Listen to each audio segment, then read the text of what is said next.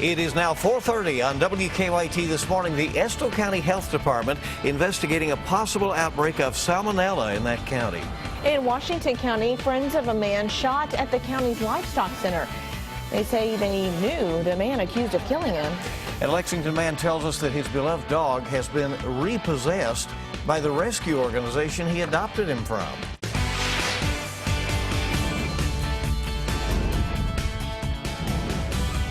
This is WKYT This Morning.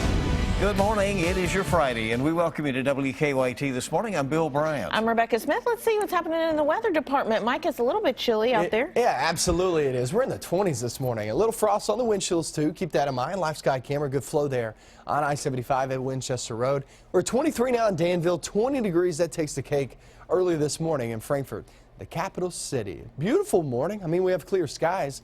And it's going to be a gorgeous day. Actually, by the afternoon, we warm very rapidly at about 42 degrees. We actually get warmer for the weekend, too. But it's one of those times you just better enjoy because it really comes crashing down there to start off a work week. I'll show you that in your forecast coming up. All right, a little visit from Arctic air next week, it sounds like. In the news this morning, it was a mystery at first. Some people in Estill County started getting sick, all of them with stomach problems. And now the Estill County Health Department thinks it knows the cause. Those with the department are investigating a possible salmonella outbreak. WKYT's Garrett Weimer talked to people in Estill County about it. Everyone, it seems, knows someone who's sick. It's the talk of town. Everybody's talking about it. No matter how old or how young, it's hit co-workers, family, and in young Natalie Oliver's case, her best friend.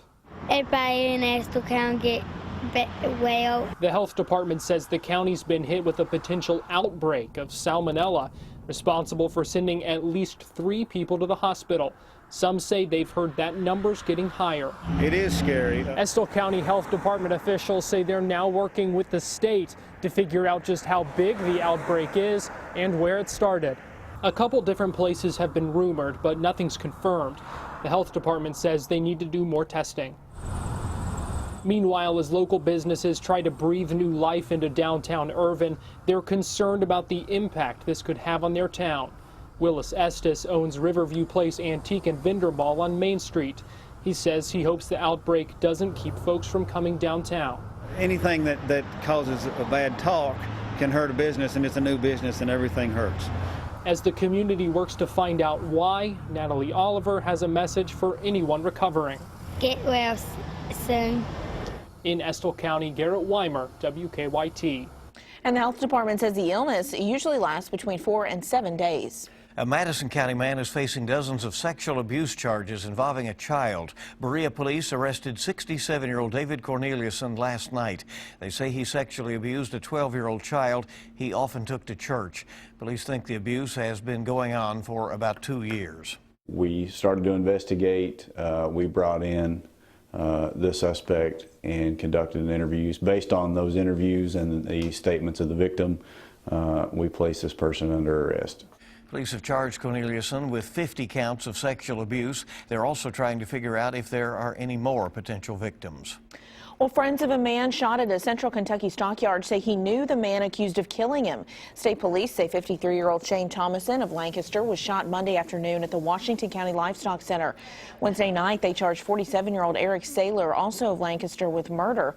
Thomason's friends say the two men knew each other for years, even lived on the same street, and they say Thomason will be missed. He lived on my farm down there and everything. He lived with my daughter, and he had me do all my work and everything. Well, police still have not said what they think led to the murder. Saylor is in jail on a $1 million cash bond. Lexington police arrested a man they say robbed a gas station at Knife Point. Police charged 25-year-old Robert Abner with robbery. They say he stole money from the Thorntons on Woodhill Drive early Monday morning. No one was injured.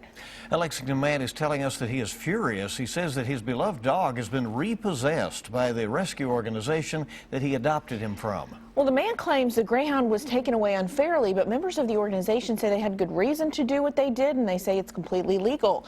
WKYT's Monique Blair talked to both sides of the story. They say they're man's best friend. I treat him like a king, like he's like royalty, and he knows he is. He has these markings around his eyes, and he sort of knows he's handsome. But for Eric Marr, Eli the greyhound was more than just a friend, more like a son. I don't have any human children, but I treat him that way. I think I do. Mar says on Wednesday afternoon, Eli got out of the house accidentally. I couldn't catch up to him, and so I decided quickly to go back and get my car. Now, after Eli ran away from his home here in Hamburg, a woman found him, and she took him to the Greyhound Pets of America chapter here in Lexington. Which was good.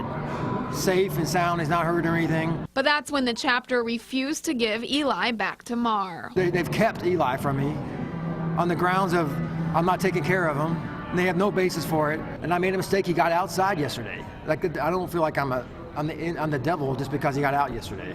I spoke with Joel Becker, who is listed as the chapter's treasurer, on the phone. He didn't want to talk to me on camera, but he told me the contract Mar signed 3 years ago when he adopted Eli from the organization had been violated because Eli had gotten loose 2 other times.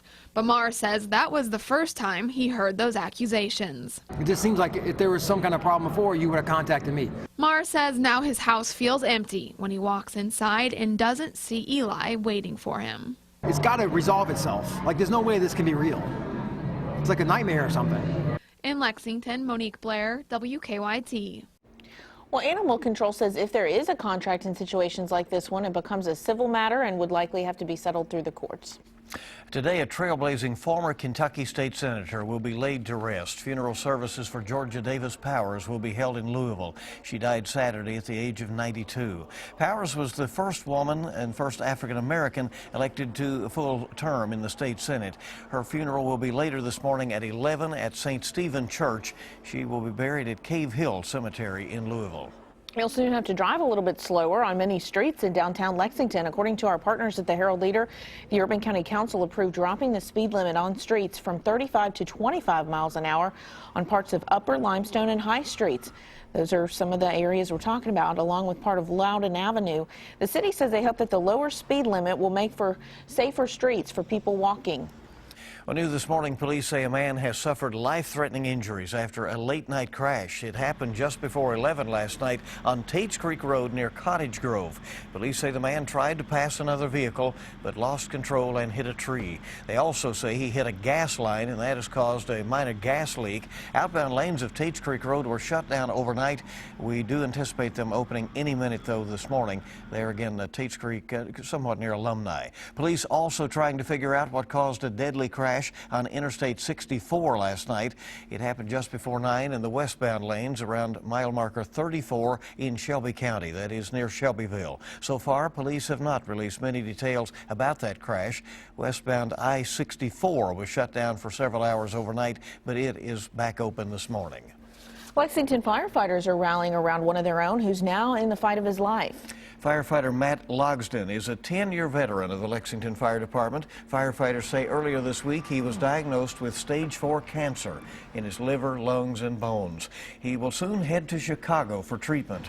His co-workers and friends are now raising money to help Logsden and his family pay for treatment. We spend a lot of time together, and I mean, it's so much of a brotherhood. We started doing this earlier today, and you know, a couple of the guys put it on Facebook and stuff, and using social media to get it out there. Lexington firefighters say that firefighters in Chicago have already offered to help drive Logsden and his family around while he's being treated there. Friends have started a GoFundMe page for the family. We have a link to that at WKYT.com. A lot of times first responders are, most susceptible to these types of cancers, and so we hope he gets well. Very important in our lives, certainly. Time this morning is 4:39. WKYT This Morning is just getting started. Well, when it comes to finding the best way to care for their child, moms will go to any length, including lobbying to Congress to change laws. We'll take a look at Sally Grayer's story when we come back on WKYT This Morning. And the next few days, they look pretty good. Very nice. Very chilly this morning. We rebound nicely the next few days, and then after that, next week, it becomes very active. I'll have that in your forecast coming up next. Now, your hour-by-hour forecast with meteorologist Micah Harris.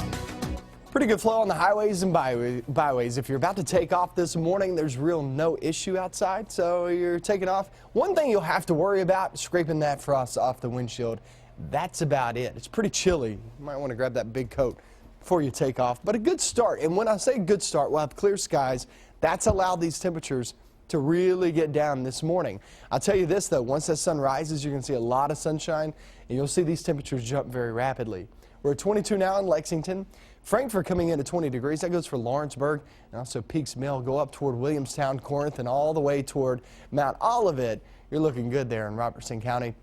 Down south at 20 there in Monticello and Wayne County. That's one of the colder spots in the viewing area, and then over toward the east southeast. You guys holding on to the 20s too. But like I said, we warm rapidly. We're going to be seeing temperatures by the afternoon at 42 degrees. 42 degrees is actually our average high for this time of year. So we're looking just fine toward the afternoon. Off into the evening, you got anything going on, heading out to dinner, maybe you're going to see a high school basketball game, just know this. You're going to be running into some pretty chilly air as you jump in the car, head there, and jump out of the car. The coat will be needed anywhere you go, off into the night and into tomorrow morning, starting off in the 20s again. But again, we warm rapidly. We have a lot of sunshine. Beautiful weekend. Saturday, we're looking at temperatures in the mid-40s. Sunday, holding on to the mid to upper 40s, maybe even reaching a 50-degree reading in southern Kentucky. And then we go off into the night, Sunday night, and to Monday. That's when the winter, that's when the snow, that's when the cold returns to the forecast. And then after that, you're talking about snow continuing. I mean, we're going to have snow chances Monday, Tuesday, Wednesday, maybe even off into Thursday too. Not only that, but that Arctic cold just kind of settles on in as well. So there's going to be a lot going on next week. Next week will be a winter forecast. I guarantee that. Watch this on your 7-day and what I'm talking about. 42 today. We head off towards your weekend. There's average temperatures, a little bit above average. And you can see those clouds will thicken there on Sunday. Off into Sunday night into Monday, here comes those snow showers. They will arrive and they will not move for the next 2 to 3 days. Check that out. Only a smaller chance, I should say, next Thursday. But Monday, Tuesday, and Wednesday, we have pretty good chances of snow flying through the region. Still looks like light snow. And when I say light snow, I would say anywhere, as of right now, 1 to about 3 inches of snow with all those days combined. So Monday, Tuesday, Wednesday, light snow, light snow, light snow, and it can accumulate up to 1 to 3 inches. So this isn't a big snow, but it's just enough. That's plenty enough to cause some issues there on the roads Monday, Tuesday, and Wednesday. Yeah. It's going to be a winter forecast. I guarantee that next week, especially with that cold air too. Dashes of snow and polar air. Yeah, it's sliding on in. I think we got it. All right, thank you, Micah. 4:45 now. Moms will do whatever it takes to get their children the best medical care, even if that means lobbying for Congress to change some laws. In today's Mom's Everyday Minute, one mother's trying to get better access to hemp oil for her epileptic daughter. Medical marijuana is now legal in nearly 24 states. Recreational marijuana is legal in 4, and many more jurisdictions are on the verge of legalization. When you have a child with a life-threatening condition, you'll go to any length to keep them alive. Sally Gayer's daughter, Margaret, has been living with epilepsy her entire life. The 25-year-old has the cognitive abilities of a 4-year-old and is at high risk for sudden death due to her disease. Sally has been pounding down the doors of Congress members, urging them to improve access to therapeutic hemp oil nationwide. I mean, it's just an education piece. Once you hear it's a benign substance, nobody can get high off of it, it's like, oh, then this isn't the scary, evil thing we thought it was. Sally says the use of hemp oil, a natural substance, has been helpful to her daughter. Advocates say it can reduce seizures for those with epilepsy. While lobbying for better access to hemp oil, Sally says she's gotten positive feedback from many members of Congress. So far, the FDA has not recognized the marijuana plant as medicine. However, studies have shown that 2 of the active ingredients in marijuana, THC and CBD, may decrease pain, inflammation, and muscle control problems, and reduce nausea while increasing appetite. According to the National Institute on Drug Abuse, there are clinical trials being conducted to see if the plant can effectively treat diseases such as Alzheimer's, HIV, and multiple sclerosis. For these tips and more, go to WKYT.com. Click on Moms Every Day. And there you'll find the latest news and weather throughout the weekend, so check it out from time to time. 4:47 right now on WKYT This Morning. For presidential candidates, their focus now turns to the New Hampshire primary. We'll get an update from Washington when we come back. Welcome back into WKYT this morning. It is 4:50. The turnout for the Iowa caucuses were historic for the GOP, but just as much as the caucus was the focus a week ago, the Granite State now getting the attention. A lot of it. And our Washington Bureau correspondent Alex Miller is joining us live this morning to tell us what we can expect 4 days from now as we head toward the New Hampshire primary. Good morning, Alex. Good to see you. Ted Cruz won the Iowa caucus on Monday night, but New Hampshire could be a different game for Republicans, right? It's a completely different game. The demographics are different. The socioeconomics are different. The priorities for the people of New Hampshire are really different. And that's why Ted Cruz is not expected to do as well as he did in Iowa. He says he's got the momentum, but right now he's polling consistently in third place. The people that you really should be looking for are Bush, Kasich, and Christie. They've spent a lot of time in New Hampshire, much more time than they spent in Iowa. So they're really hoping to do well there. It's all going to be about the ground game, though, going from diner to diner in different restaurants and having town halls for these candidates really to get those last-minute votes in before Tuesday. Now, the Republicans will face off tomorrow night in a debate. It's going to be a much smaller stage now that there's no undercard debate. There's no Rand Paul, Rick Santorum, Mike Huckabee. Also, Carly Fiorina was, I guess, disqualified from the debate. ABC News says she didn't meet their standards. She's been fighting back, and she's had a lot of other people fighting back on her behalf, saying that she's actually done a lot better than the people that are on the stage. Well, Alex, it's only been a couple of days. The Democrats have already had 2 debates. Are we really hearing anything new from them? Well, that's the thing, is right at the beginning, these Democrats they've been criticized for not having a lot of debates, and then all of a sudden, now that there's only 2 candidates and the polls are a little bit tighter, they've stepped it up. They've had 2 debates in 2 days, but CNN's format the other night I thought was really helpful for the candidates. It was a town hall style, so they were on their own. They didn't have the other one breathing down each other's back, and they were asked these very specific questions about their record that they were able to answer, as opposed to last night's debate on MSNBC, where they were in the traditional debate format and they were much more combative with each other. They've been having this who's the bigger progressive fight all week long, and they really need to step it up. Bernie Sanders has a 2-to-1 lead over Hillary Clinton right now in these polls, but obviously anything can happen, though you can expect, even if Hillary Clinton doesn't do well in New Hampshire, this will definitely not be her last primary, as she definitely has the funds to continue on.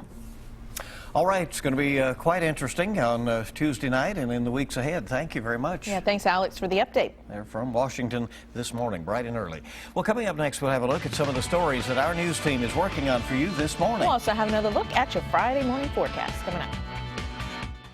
Good morning. Welcome back into WKYT this morning. It is 4:56 now. It is time right now to take a look at some of the stories we're working on for you this morning. Federal authorities are working hard to catch counterfeiters who are trying to get rich on fake NFL merchandise.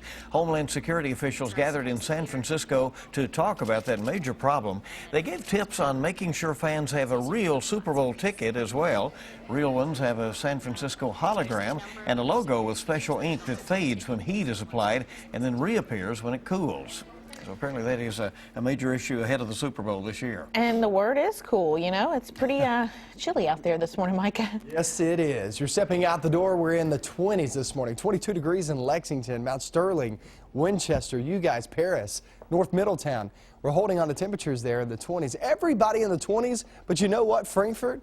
You guys, Monticello, I was just about to say, could finish off in the upper teens, and there you go, the reading out of the airport of Wayne County. Coming in at 19 degrees, just now updating. We go through the day. So we start off roughly 20 degrees. Don't forget, you're going to have frost on those windshields. Head throughout your day, 37 there by noontime. That's still on the chilly side. But the difference from today at noontime being at 37 like we had yesterday and today is you'll have a lot of sunshine. That sunshine helps out big time. So 42 by the afternoon under sunny skies. I think you'll really enjoy. We're going to show you warmer temperatures than that as we head off towards your weekend. And next week, it gets very active with winter. Might have all that coming up with another 2 hours. WKYT News.